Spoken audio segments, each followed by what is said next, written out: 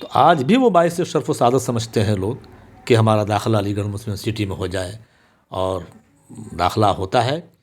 ایک علیگ جہاں بھی کسی علیگ سے ملتا ہے تو جو جذبات ہوتے ہیں، ابھی پرائم منسٹر صاحب کی ایک تقریر ہو رہی تھی، آن لائن تقریر ہو رہی تھی، وزیر اعظم ہند کی تقریر ہو رہی تھی، انہوں نے بھی اس بات کو سراہا تھا، اس پہلو کو سراہا تھا کہ بھائی ایک علیگ جب ایک علیگ سے ملتا ہے تو اس کے جذبات کچھ اور ہوتے ہیں، اور وہ بھائی چارگی اور محبت اور خلوص جو دیکھنے کو ملتا ہے وہ کہیں اور، وہ کہیں اور نہیں ملتا ہے۔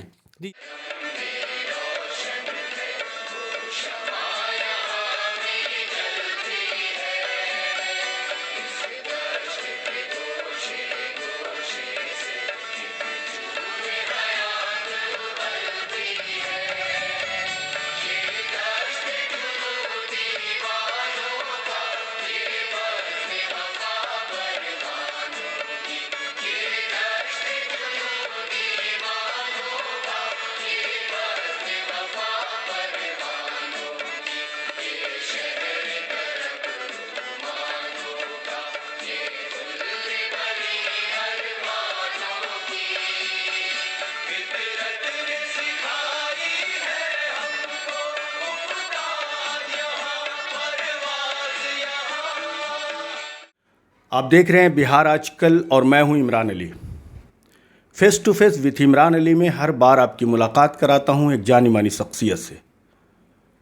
اس بار ہمارے ساتھ بات چیت کرنے کے لیے ہیں علی گڑھ مسلم یونیورسٹی کے سینئر پروفیسر مولانا توقیر عالم فلاحی صاحب۔ شخص سے شخصیت بننے کی کہانی سنیں گے آپ خود انہی کی زبانی۔ سر، آپ کا استقبال ہے بہار آج کل میں۔ شکریہ جناب عمران صاحب۔ میرا نام جیسا کہ آپ نے بتایا توقیر عالم، اور میں گیا ضلع میں شیرگھاٹی ٹاؤن کے قریب کرمتھو ایک گاؤں ہے، اس گاؤں کا باشندہ ہوں۔ ہماری ابتدائی تعلیم یہیں گاؤں میں مکتب میں ہوئی، اور 1973 میں چیرکی میں ایک مدرسہ ہے، اس مدرسے میں گیا، اور 4.5 سال کے بعد 1978 میں اتر پردیش کے مشہور و معروف ضلع اعظم گڑھ میں بلیریا گنج ایک ٹاؤن ہے، وہاں جامعۃ الفلاح ایک بہت ہی قومی نہیں بلکہ بین الاقوامی ادارہ ہے، اس کو عربی یونیورسٹی بھی کہا جا سکتا ہے، جامعۃ الفلاح سے ہم نے 82 میں عالمیت کیا، اور 84 میں ہم نے فضیلت کی ڈگری حاصل کی، اور وہاں سے پھر میں علی گڑھ مسلم یونیورسٹی گیا۔ 85 میں علی گڑھ مسلم یونیورسٹی میں ایم اے عربک میں میرا داخلہ ہوا، اور 87 میں ہم نے ایم اے کیا۔ 89 میں ہم نے ماسٹر آف فلاسفی شعبہ عربی سے ہی کیا، اور 92 میں ہم نے پی ایچ ڈی کیا، اور 92 ہی میں ایسوسیٹ کی حیثیت سے، ریسرچ ایسوسیٹ کی حیثیت سے میری تقرری ہوئی پی ایچ ڈی کے جسٹ بعد، اور اس کے بعد پھر 93 میں میں وہاں لیکچرر ہوا شعبہ دینیات میں علی گڑھ مسلم یونیورسٹی میں۔ 2004 میں ریڈر کے پوسٹ پر میری تقرری ہوئی، اور پھر 2010 سے میں پروفیسر ہوں، اور اس وقت سینئر پروفیسر ہوں۔ وہاں مختلف ذمہ داریوں کو نبھانے کا بھی موقع ملا، اللہ تعالیٰ نے موقع دیا۔ میں وہاں صدر شعبہ دینیات بھی رہا، ڈین فیکلٹی آف تھیولوجی بھی رہا، اور مجلس عاملہ کا رکن رہا، یونیورسٹی کے مجلس عاملہ کا رکن رہا، یونیورسٹی کورٹ کا ممبر رہا، یونیورسٹی کی مجلس تعلیمی کا میں رکن رہا، اور ایک زمانہ تھا کہ سینئر موسٹ ڈین میں ہوا، اور سینئر موسٹ ڈین کی حیثیت سے کچھ دنوں تک مجھے وہ وائس چانسلر آپ بنائے گئے، وائس چانسلر، یہ آپ کہنا نہیں چاہتے ہیں لوگوں کو اب بتانا بہرحال ہاں تھوڑا سا میں نہیں بتانا چاہ رہا تھا، لیکن کارگزار وائس چانسلر کی حیثیت سے میں کچھ دنوں تک ایک ہفتہ تک وائس چانسلر رہا. جی. تو یہ ہے میرا مختصر سا علمی سفر. سر مجھے جہاں تک معلوم ہے کہ آپ کی لگ بھگ 36 کتابیں ہیں، تو کئی چیزوں پر آپ نے ان کتابوں کو لکھا ہے، تو ہم اپنے ویورز کے لیے جاننا چاہتے ہیں کہ ان کتابوں میں کیا ہے اور اس کو کتنی مقبولیت حاصل ہے، اور کس طرح کے اسٹوڈنٹ کے لیے یا کس طرح کے لوگوں کے لیے وہ کتابیں لکھی گئی ہیں. دیکھیے، ہم نے پی ایچ ڈی قرآن اور مستشقین پر کیا، جیسا کہ ہم نے بتایا کہ 1992 میں ہم نے پی ایچ ڈی کیا.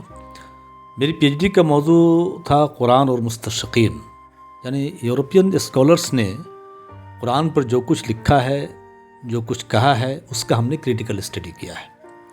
اور اتفاق سے ہماری پی ایچ ڈی جو ہے انگریزی میں ہے، ہم نے انگریزی میں پی ایچ ڈی لکھی تھی. تو ہم نے اپنا جو موضوع بنایا، اپنے میدان کار ہم نے جو منتخب کیا، وہ قرآن کو منتخب کیا.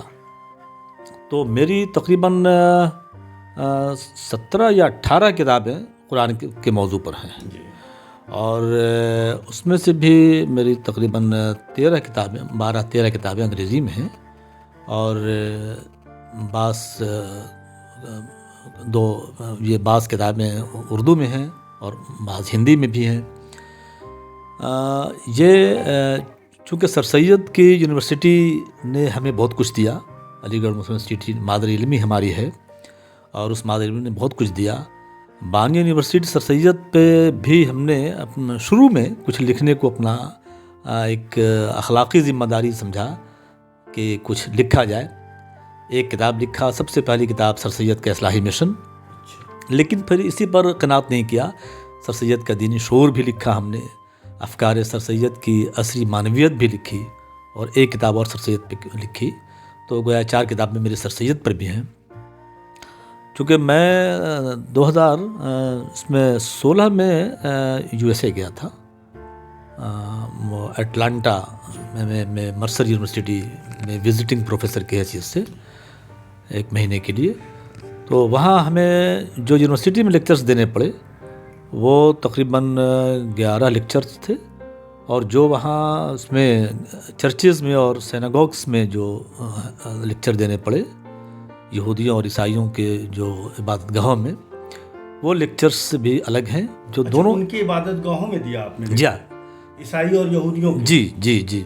اچھا، قرآن پر لیکچر دیا ہم نے. اور قرآن اور مختلف موضوع، قرآن اور حضرت عیسیٰ علیہ السلام، اور ہے نا قرآن سے جوڑ کر کے کسی اور موضوع کو. تو قرآن اور کامنلٹیز ان کرسچنیٹی اینڈ جوڈائزم، اس طرح کے موضوعات تھے.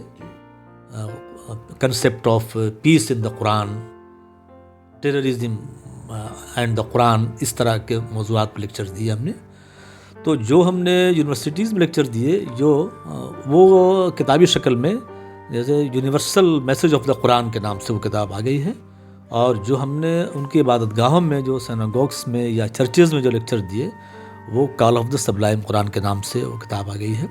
تو اس طرح مختلف سیرت پہ میری ایک کتاب آ گئی ہے، محمد عربی صلی اللہ علیہ وسلم کی عالمگیر نبوت کے نام سے سیرت پہ کتاب ہے.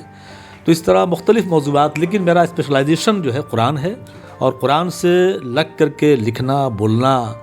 یہ میں اگر تھوڑے میں ہمارے ویورز یہ جانیں کہ اسلام مذہب کیا ہے، تو آپ کیسے بتائیں گے، ان کو کیا کہیں گے؟ دیکھیے، اسلام مذہب انسانیت کا مذہب ہے، سچائی تو یہ ہے. اور اسلام مذہب قولی سے زیادہ عملی مذہب ہے، تھیوریٹیکل اور کنسیپچول سے زیادہ پریکٹیکل مذہب ہے. اسلام کی بنیادیں جو ہیں 5 ہیں، جس میں سے پہلی بنیاد ہے وہ کلمہ ہے، اور 4 بنیادیں نماز، روزہ، حج و زکوٰۃ جو ہے عملی بنیادیں ہیں. تو اسلام، مذہب اسلام جو ہے ایک اسلام کے علمبرداروں کے پاس ایک امانت کی شکل میں ہے، اور اس امانت کو دنیا انسانیت تک پہنچنا چاہیے۔ یہ اسلام رواداری سکھاتا ہے، مساوات سکھاتا ہے، عدل و انصاف سکھاتا ہے، حق اور سچائی کی دعوت دیتا ہے، ظلم کے خلاف ہے، فساد کے خلاف ہے، قتل و غارت گری کے خلاف ہے۔ لیکن جو الزام لگتے ہیں اس کو لے کر کیا کہیں؟ سچائی کے بارے میں، ہر چیز کے بارے میں ویوز جو ہے کم و بیش مختلف ہوتے ہیں، اور اسلام کے بارے میں بھی لوگ جو ہے مختلف ویوز رکھتے ہوں گے اور رکھتے ہیں، لیکن یہ بالکل بے بنیاد بات ہے اگر یہ کہا جائے کہ اسلام جو ہے دہشت گردی کا مذہب ہے، اسلام ٹیررزم کا علمبردار ہے۔ اسلام جو ہے سلم سے ڈرائیوڈ ہے، اور سلم کے معنی ہی ہوتے ہیں پیس کے، امن کے۔ قرآن مجید کی ایک آیت ہے، یا ایھا الذین آمنوا ادخلوا فی السلم کافہ۔ اگر اسلام کو امن کے معنی میں لیا جائے جو سلم سے نکلا ہے، تو آپ دیکھیے امن کی بات کی جاتی ہے کہ اسلام امن میں پورے کے پورے طور پر داخل ہو جاؤ۔ اخلاق کے لیے بتایا گیا تھا، وہ عملی طور پر کیا دکھائی دے رہا ہے؟ نبی کریم صلی اللہ علیہ وسلم کی وہ حدیث، اور جس میں آپ صلی اللہ علیہ وسلم نے اپنے بھیجے جانے کا مقصد اور مشن واضح کیا، بُعِثْتُ لِأُتَمِّمَ مَكَارِمَ الْأَخْلَاقِ، بُعِثْتُ لِأُتَمِّمَ مَكَارِمَ الْأَخْلَاقِ، میں بھیجا اس لیے گیا ہوں تاکہ اخلاق کی جو بلندیاں ہیں اس کو مکمل کر دوں، پہنچا دوں، بلندی تک پہنچا دوں۔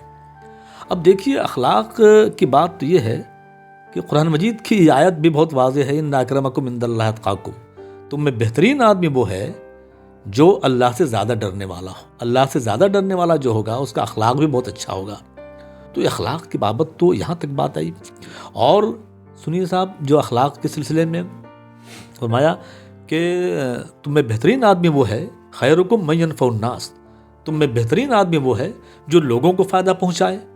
تو اخلاق کا جب تک نہیں ہے، اگر کسی کے اندر، کسی مسلمان کے اندر اخلاق نہیں ہے، اخلاق حسنہ کے زیور سے وہ آراستہ نہیں ہے، تو وہ اسلام کا صحیح نمائندہ ہی نہیں ہے۔ اسلام کے صحیح نمائندہ ہونے کے لیے اخلاق حسنہ کے زیور سے آراستہ ہونا ضروری ہے۔ علی گڑھ مسلم یونیورسٹی کی طرف لوٹتے ہیں کہ آپ کا جو علی گڑھ مسلم یونیورسٹی ہے، ایک بہت معیار کی بات ہوتی تھی، ایک شان کی بات ہوتی تھی، کیا بدلاؤ آیا ہے پہلے کے زمانے میں اور ابھی کے زمانے میں؟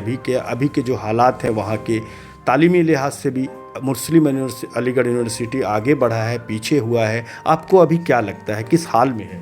الحمدللہ علی گڑھ مسلم یونیورسٹی کی شان اب تک وہی برقرار ہے۔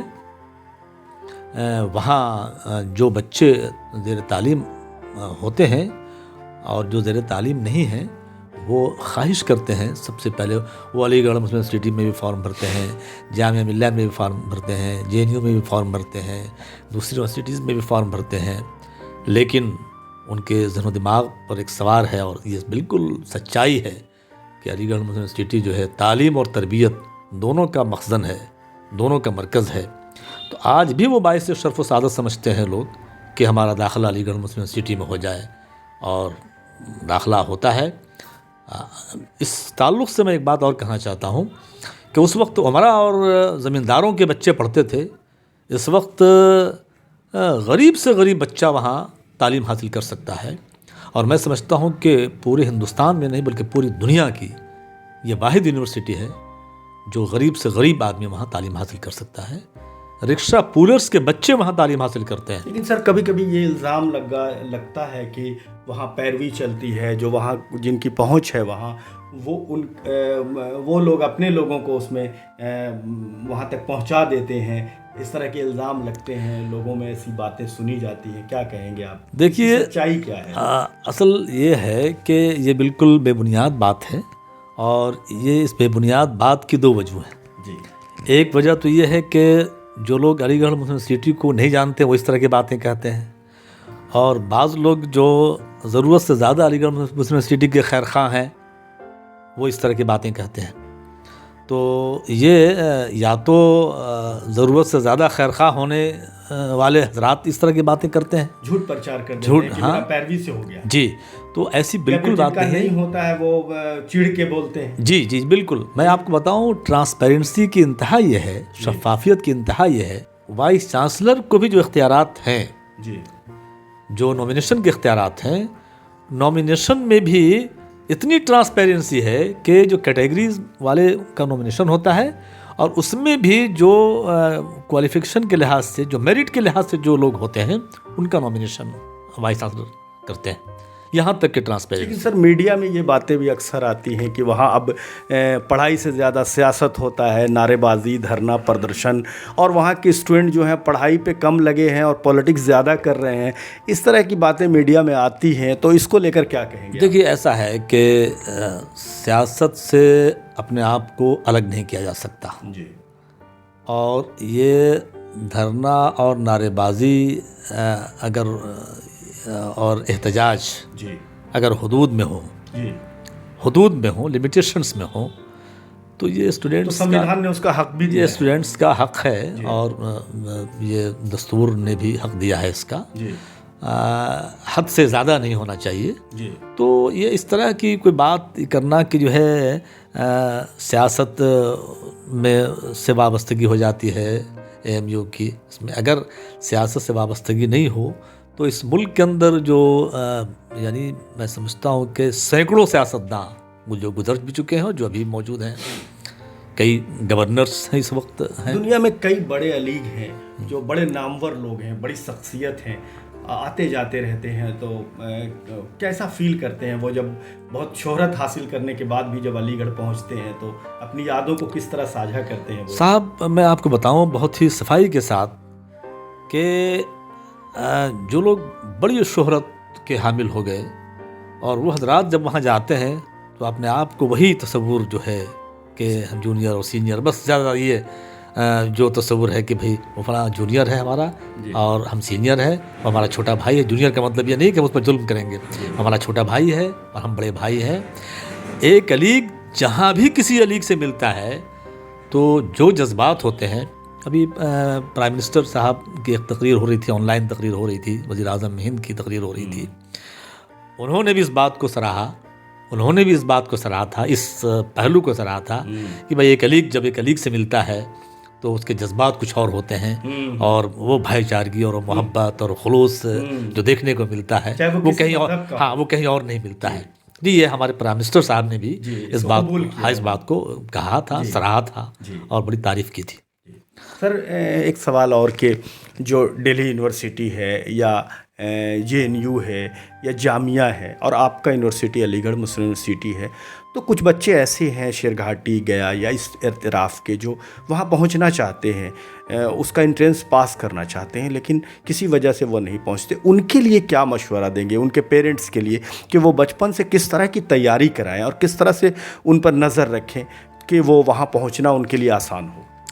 دیکھیے اصل میں ظاہر ہے ٹیسٹ ہوتا ہے کہ اگر 400 جگہیں ہیں تو 400 جگہوں کے لیے 40,000 اپلیکیشنز ہوتی ہیں، اور ظاہر ہے 40,000 میں 30,000 میں 35,000 میں مقابلہ ہوتا ہے۔ تو ایک بات تو میں نے کہہ دی کہ جو ٹرانسپیرنسی وہاں مین چیز ہے، مرکزی چیز ہے، شفافیت۔ تیاری کیسے کریں اس کے لیے اصل میں بچپن سے کس جی طرح سے لے جی کے جی میں بتاتا ہوں آپ کو۔ اگر ایک شروع ہی سے اگر مرکز نظر بنا لیا جائے، مطمع نظر بنا لیا جائے کہ ہمیں علی گڑھ مسلم یونیورسٹی میں یا جامعہ ملیہ میں بچے کو ایڈمیشن دلانا ہے، یا بی ایچ یو میں دلانا ہے، یا جے این یو میں دلانا ہے، ایڈمیشن دلانا ہے، تو تیاری کے لیے صرف وہ 4-6 مہینے جو ٹائم ہوتا ہے، 4-6 مہینے کا جو پک ٹائم ہوتا ہے، صرف اس ٹائم کو کافی نہ سمجھا جائے۔ گارجین حضرات کا یہ پھر فریضہ بن جاتا ہے کہ وہ شروع ہی سے اپنے بچے کو کلاس جیسے اسکولس میں ایڈمیشن اگر کرانا چاہتے ہیں، وہاں جیسے کلاس 1 میں ایڈمیشن ہوتا ہے، کلاس 6 میں ہوتا ہے اور کلاس 9 میں ہوتا ہے۔ اگر مان لیجیے کلاس 6 میں کسی کو ایڈمیشن کرانا ہے، کلاس 1 میں یا 2 میں بچہ ہے، تو 2 سے ہی مرکز نظر اور مطمع نظر یہ ہونا چاہیے کہ اپنے بچے کو ہمیں علی گڑھ مسلم یونیورسٹی میں ایڈمیشن کرانا ہے، یا جامعہ ملیہ میں ایڈمیشن کرانا ہے، یا جے این یو میں کرانا ہے۔ تو اس لحاظ سے ہی تیاری شروع ہی سے ہونی چاہیے، اور جب شروع سے تیاری ہوگی تو پھر اس زمانے میں جو 1 مہینہ 2 مہینہ جو تیاری بلکہ رات دن ایک کر کے بسا اوقات بیمار بھی پڑ جاتے ہیں، اس کی نوبت بھی نہیں آئے گی اور بنیاد مضبوط ہوگی، اور میں سمجھتا ہوں کہ بہت حد تک کامیابی کی کلید ہاتھ میں آ جائے گی۔ سر، ہندو مسلمان میں جو ابھی تھوڑے فاصلے ہو رہے ہیں، کیسے اتحاد بنے گا؟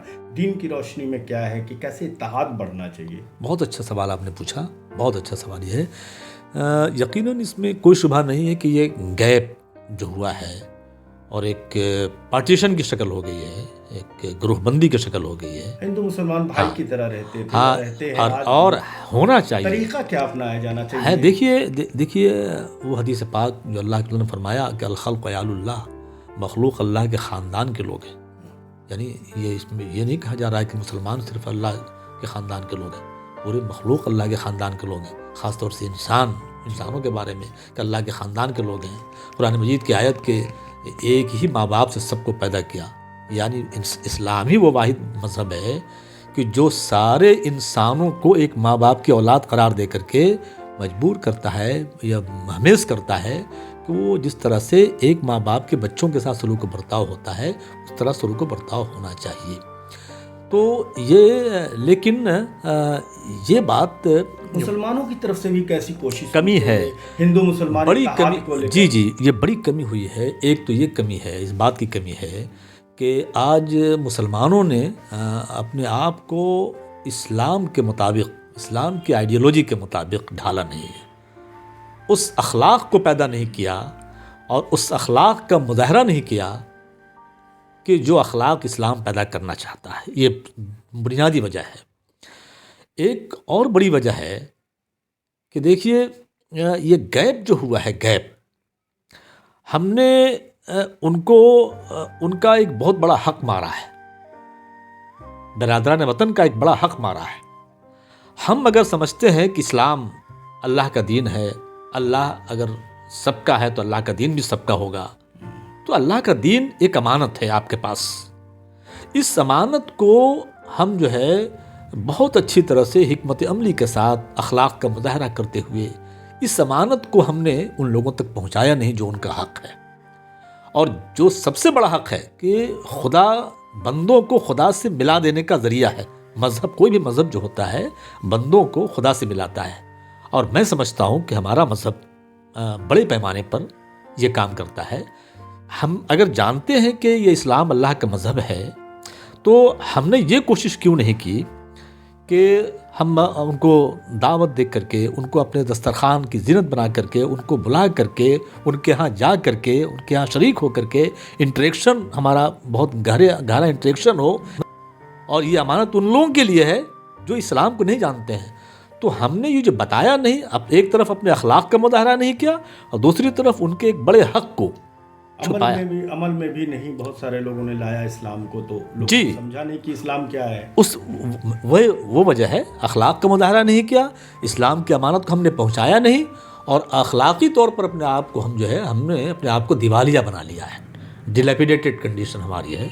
اس طور پر جو ہے آج اسلام سے دوری ہو رہی ہے۔ بہت بہت شکریہ سر ہم سے بات چیت کرنے کے لیے۔ شکریہ۔ تو ویورس، یہ تھے مولانا توقیر عالم فلاحی صاحب جو ہم سے بات چیت کر رہے تھے۔ ویورس، آپ نے بات چیت میں جانا بھی کہ انہوں نے چیرکی کے مدرسے سے چل کر علی گڑھ مسلم یونیورسٹی تک کا سفر طے کیا، وہاں سینئر پروفیسر ہیں، کچھ دنوں کے لیے وائس چانسلر بھی بنائے گئے، ڈین بھی رہے، چیئرمین بھی رہے، اور ان کی سب سے بڑی بات یہ کہ انہوں نے اب تک 36 کتابیں لکھی ہیں الگ الگ موضوع پر، اور دنیا کے الگ الگ ملکوں میں جاتے ہیں سیمینار میں اور اپنی باتوں کو رکھتے ہیں۔ بہت ساری تفصیلی بات ان سے ہوئی۔ ویورس، ہم سے جڑنے کے لیے بہت بہت شکریہ۔